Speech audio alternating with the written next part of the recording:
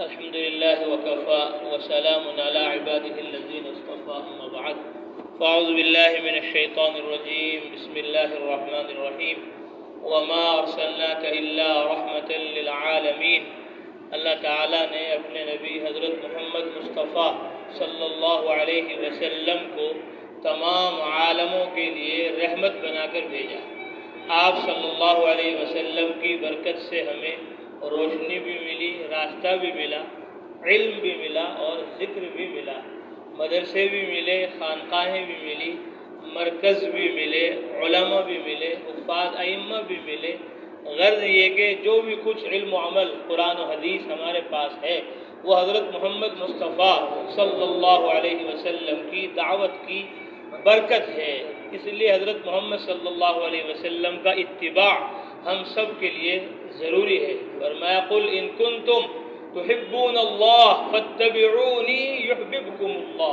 حضرت محمد صلی اللہ علیہ وسلم فرما دیجئے کہ اگر تم اللہ سے محبت کرتے ہو فاتبعونی تو مجھ نبی محمد صلی اللہ علیہ وسلم کا اتباع کرو، یحببکم اللہ، اللہ تعالیٰ تمہیں اپنا محبوب بنا لیں گے۔ تو آپ صلی اللہ علیہ وسلم کی اتباع ہمیں علم میں بھی کرنی ہے اور ذکر میں بھی کرنی ہے، کیونکہ علم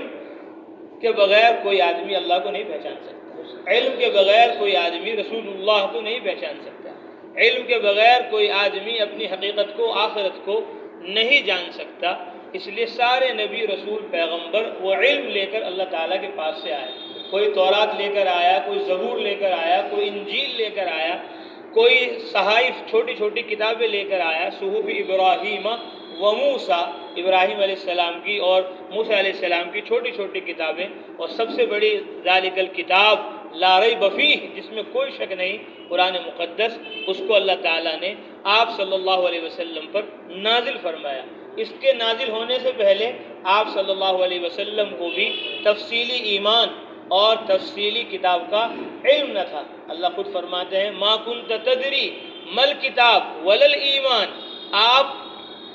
قرآن کے نازل ہونے سے پہلے، نبوت کے ملنے سے پہلے آپ صلی اللہ علیہ وسلم تفصیلی ایمان کیا ہے اس کو نہیں جانتے تھے، تفصیلی کتاب کیا ہے اس کو نہیں جانتے تھے۔ کہیں فرمایا ووجدک ضالا فہدا، ووجدک ضالا فہدا، کہ آپ ناواقف تھے، فہدا تو ہم نے آپ کو ہدایت دی اور واقف بنا دیا۔ کہیں فرمایا وما کنت ترجو ان یلقا الیک الکتاب، آپ کو امید نہیں تھی کہ آپ کو اتنی بڑی لاشک لاریب کتاب قرآن دی جائے گی، الا رحمتا من ربک، یہ آپ کے رب کی مہربانی ہے کہ اس نے آپ کو اتنا بڑا علم قرآن عطا فرمایا، جس کی شروعات ہی اللہ نے فرمائی اقرأ بسم ربک الذی خلق، پڑھیے اپنے رب کے نام سے، الذی خلق، جس نے سب کو پیدا کیا۔ تو سب سے پہلی بنیادی چیز وہ علم ہے۔ امام بخاری رحمۃ اللہ علیہ نے بخاری شریف کے اندر ایک باب قائم کیا اور فرمایا کہ علم قول سے بھی پہلے ہے اور فعل سے بھی پہلے ہے، بات سے بھی پہلے اور عمل سے بھی پہلے علم ہے۔ علم ہوگا تبھی تو بات کرے گا، علم ہوگا تبھی تو عمل کرے گا، علم نہیں ہوگا تو کیا بات کرے گا، علم نہیں ہوگا تو کیا عمل کرے گا۔ اور وہ انہوں نے ایسے ہی نہیں کہہ دیا، بلکہ وہ تو امام بخاری ہیں، جس طرح وہ حدیث کے حافظ ہیں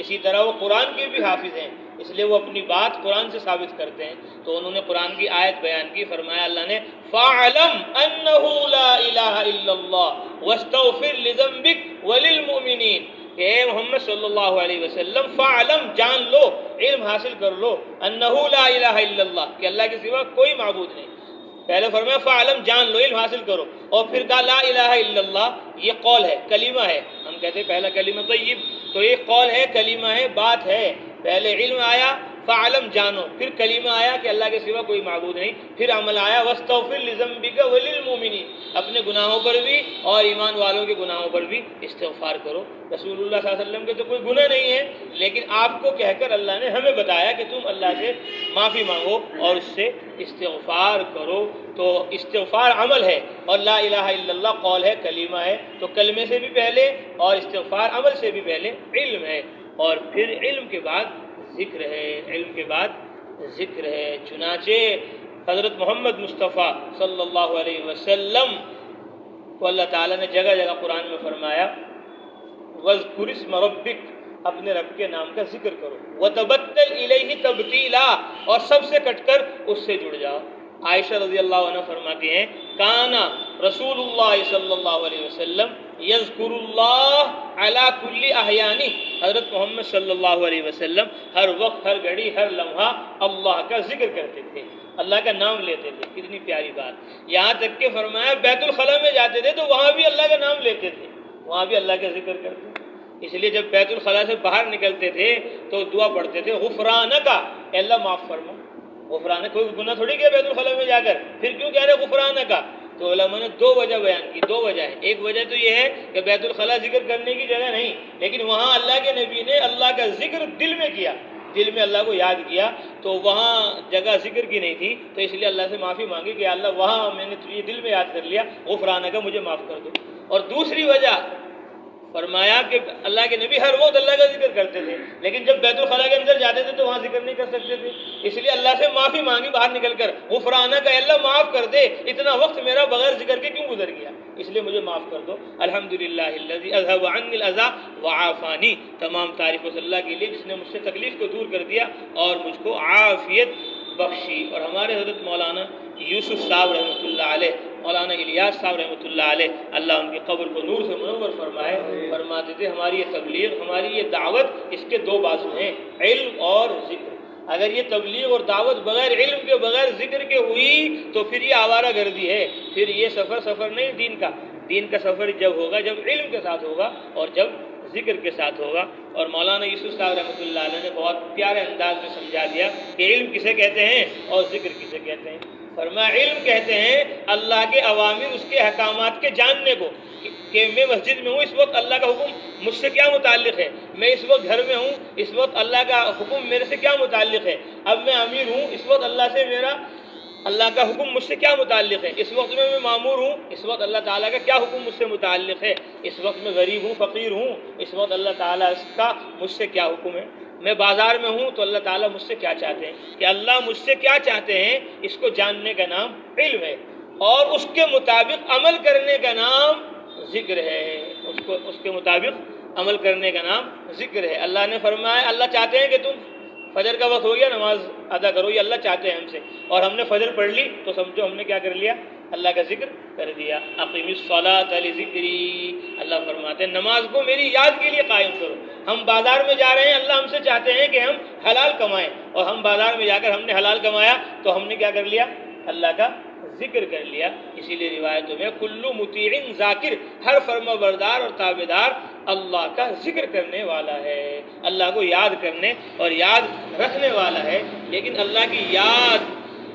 اور اس کی اطاعت و فرما برداری اتنی آسان نہیں، دل پر زنگ لگ جاتا ہے، دل سیاہ ہو جاتا ہے، کالا ہو جاتا ہے۔ اس کو نورانی اور روشن کرنے کے لیے لا الہ الا اللہ کی ضربیں لگائی جاتی ہیں تاکہ دل جو ہے گناہوں کے اثرات سے پاک ہو جائے، صاف ہو جائے، دل روشن ہو جائے اور منور ہو جائے۔ اس لیے مدارس قائم ہیں، اس لیے مساجد قائم ہیں، اس لیے مراکز قائم ہیں کہ اب یہ علم و ذکر عالم کے اندر پھیل جائے، اس کے لیے گشت ہے، ملاقاتیں ہیں، جماعتیں ہیں، راہ خدا کی نقل و حرکت چلت پھرت ہے۔ تو علم بھی ضروری ہے اور ذکر بھی ضروری ہے، اور علم کو عالم میں، ذکر کو عالم میں پھیلانا اور پہنچانا یہ بھی ضروری ہے۔ تو دین کے سارے کاموں میں ہمیں لگنا ہے۔ اس لیے ہماری جو یہ خانقاہ ہے جس کی ہر مجلس ہر بدھ کو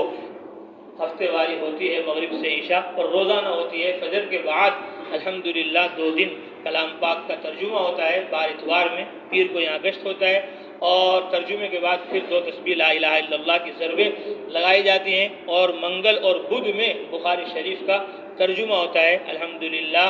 اللہ کے فضل و کرم سے 12 سال میں ایک ترجمہ کلام پاک کا مکمل ہو گیا۔ پچھلے بدھ کو دعا ہوئی، الحمدللہ تمام حضرات شریک تھے، اور دوسرا قرآن بھی الحمدللہ تبھی شروع ہو گیا، اس کے بھی الحمدللہ 2 رکوع ہو گئے، 12 اتوار کو بھی الحمدللہ 2 رکوع سورہ یوسف کے مکمل ہو گئے۔ دوسرا دور بھی انشاءاللہ شروع ہوگا، جو ہمارے بزرگ حضرت تشریف لائے تھے دارالعلوم دیوبند سے، حضرت مولانا مفتی سید سلمان صاحب منصور پوری، بڑے خوش ہوئے، اور انہوں نے بتایا کہ الحمدللہ جب میں وہاں تھا مراد آباد میں پڑھاتا تھا، شاہی مراد آباد میں، تو وہاں میں نے ایک مسجد میں کلام اللہ کے ترجمے کا دور شروع کیا۔ ایک دور الحمدللہ مکمل ہو گیا 8 سال میں، پھر اس کے بعد دوسرا دور کیا، وہ بھی مکمل ہو گیا، پھر اس کے بعد تیسرا دور ہوا، وہ